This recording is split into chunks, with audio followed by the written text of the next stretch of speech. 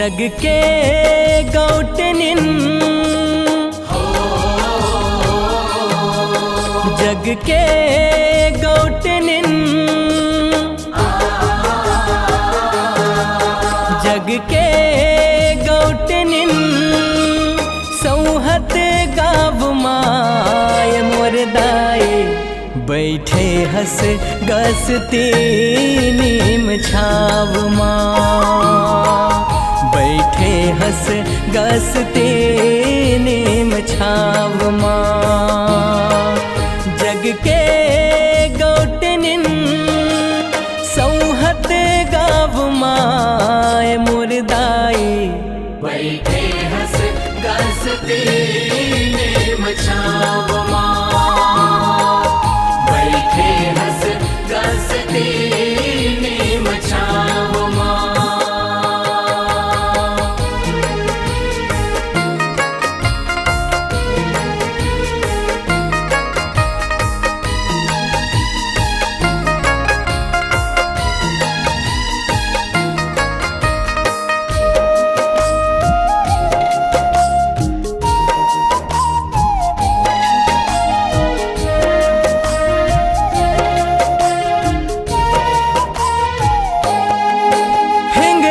जन है डिवारन मैया सोर है खोरिन खोर वो रूप बदले दाई तै पल छिन पैया लगाऊं मैं तोर वो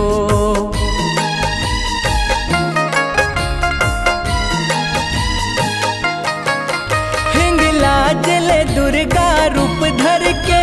लगाए आसन विभोर हो सज फुलवारी है दया माया के दम के अछरा के छोर हो चुन चुन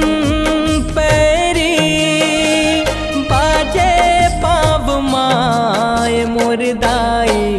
बैठे हस गसती नीम छाव माँ बैठे हस गसती नीम छाव माँ जग के गौटनिन सौहत गाव माय मुर्दाई बैठे हस गसती नीम छाव माँ बैठे हस गसती नीम छाव माँ।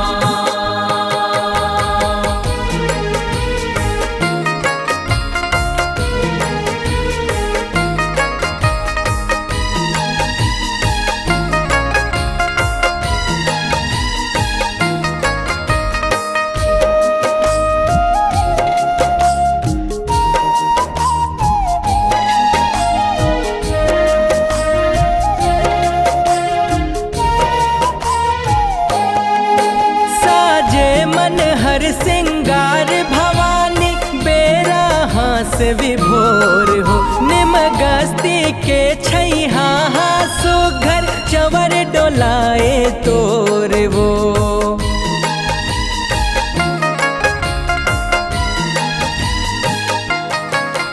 देवन हदरस बर सरग ले आए नौरतिहा है सजोर हो भक्ति के झरना झर झर बरसे तन कुल के मन छोर हो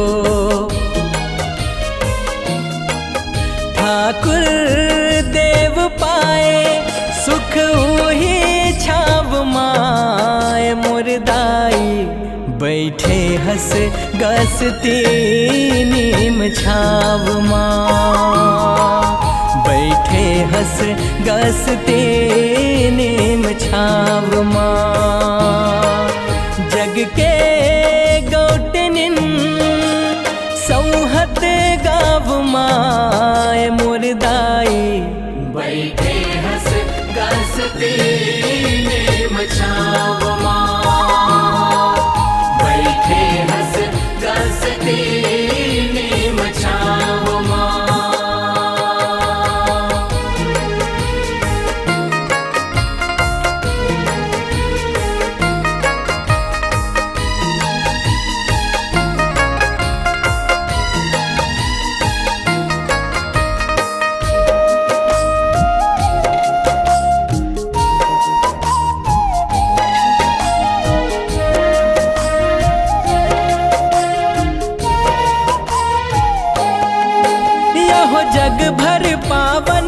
सब पुनीता जागे से उकलंगुरवा हो साजे अंगना गौ गोबर माँ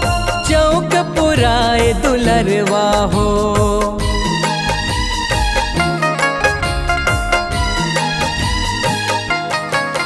यहो भागमानी के भाग जागे ज्योत अखंड एक सरवा हो यहो एक माने के रूप समाए भक्त के बांधे पुंदरवा हो